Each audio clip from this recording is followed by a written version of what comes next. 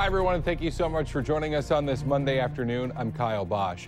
We start with new information for you at noon on a deadly boating accident in North Dakota that happened on Sunday. The Ramsey County Sheriff's Office says 26-year-old April Stenger from Detroit Lakes died after the boat she was in hit a partially submerged tree. 4 other people were hurt in the crash, 3 of them critically injured. It all happened yesterday morning right around 2:45 in Haybale Bay. That's just about 5 miles east of the city of Devil's Lake in the lake, Devil's Lake. People at a nearby campground heard what happened and called 911.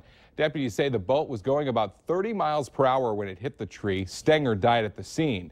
The investigation into exactly what happened is still ongoing. Now, coming up tonight on Valley News Live at 6, Nicole Johnson will talk with a woman who was very close with Stenger, and she tells us what it's like to lose such a close friend. Roads leading to the University of Minnesota's Kauffman Memorial Union were closed this morning for a suspicious package found near the building.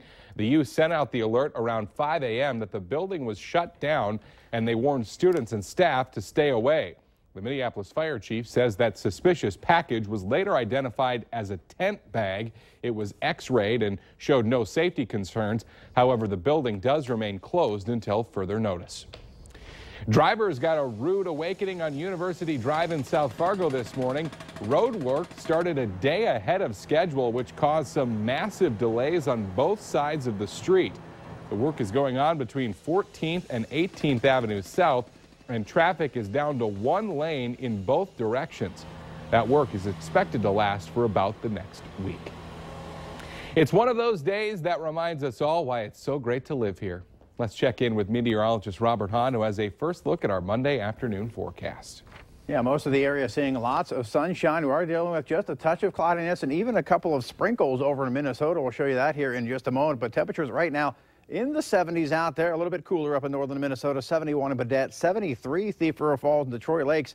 We're flirting with 80 already here in Fargo, coming in at 79 degrees. On the satellite, you see a couple of brighter white clouds over in parts of Minnesota, particularly over Clearwater County, and underneath those clouds, yeah, there are a few showers over in that area. Those will continue to drift off toward the south. Can't rule out an isolated shower or two over in northern Minnesota. However, the vast majority of us are going to stay dry. We're going to see lots of sunshine, and as we head through the week, we're going to see that heat really build. We're going to show you the first 2 days of that 7-day forecast today, getting into the low 80s tomorrow, some mid to upper 80s, and it gets even warmer than that as we head through the rest of the week. We'll detail that forecast coming up in just a few minutes. All right, Robert, we'll see you then. 1 person is dead and another seriously hurt after a motorcycle crash in Otter Tail County yesterday afternoon. It happened around 4 p.m. just northeast of Pelican Rapids on County Road 4. The Otter Tail County Sheriff's Office says the 2 bikes apparently collided as one of them was trying to make a left turn off of the highway. 1 victim died at the scene. The other was taken to a hospital in Detroit Lakes, then flown to a hospital in Fargo. Names of the victims won't be released until relatives are notified.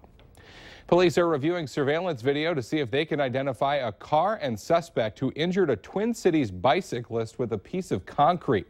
Witnesses in South Minneapolis saw a man in a white Bronco hurl a piece of concrete the size of a brick at Mackenzie Jensen on Friday. Jensen suffered a broken jaw. Police say they got multiple reports of similar situations on Friday, but Jensen was hurt the worst. Minnesota lawmakers and top officials meet behind closed doors today to start figuring out how to fix the state's sex offender program. A judge ruled back in June that the program is unconstitutional because it essentially keeps offenders behind bars with no way to be released.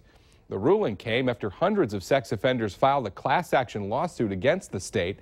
Now, the fix will likely cost taxpayers tens of millions of dollars and will result in the eventual release of some of the more than 700 sex offenders being held by the state of Minnesota.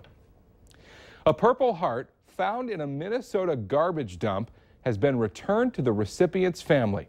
A woman from White Bear Lake found the military medal that was awarded to Tech Sergeant Will Joe Malamakai. She was scavenging in a dump in the Iron Range back in the 1990s.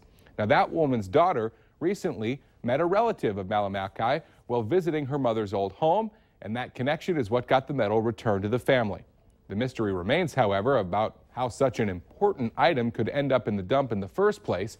Some people in the family speculate that it was accidentally left behind when the house was sold or rented out, then thrown out by the new tenants.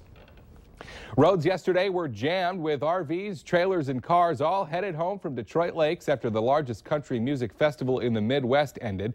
WeFest drew more than 50,000 people each day of the three-day event. About 35,000 of them stay on campgrounds on and around Sioux Pass Ranch. Police say 69 arrests were made during WeFest this year, which is about normal compared to years past.